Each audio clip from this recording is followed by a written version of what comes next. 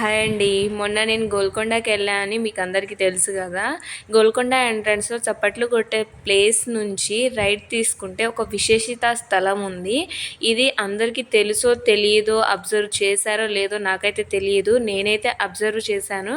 ఇక్కడ ఏంటి అని అంటే యుద్ధంలో మరణించినటువంటి రాజు కోసం, చనిపోయిన రాజభటుల కోసం మరియు ఆ రాజకుటుంబకుల కోసం, వాళ్ళు చనిపోయిన తర్వాత ఇక్కడ దహన సంస్కారానికి ముందు స్నానాలు అయితే చేపించే వాళ్ళంట.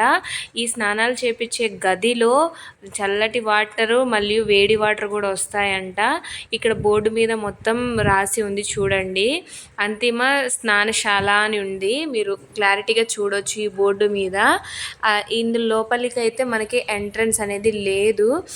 చూపిస్తామనే దగ్గరికి వెళ్ళాను, కాకపోతే అక్కడ వాచ్మెన్ లోపలికి వెళ్ళొద్దమ్మా అని చెప్తున్నారు. ఎందుకు అని అడిగితే లోపల ఆత్మలు ఉంటాయి, దయ్యాలు ఉంటాయి, లోపల వెళ్తే మిమ్మల్ని పట్టుకుంటాయి అని చెప్తున్నారు.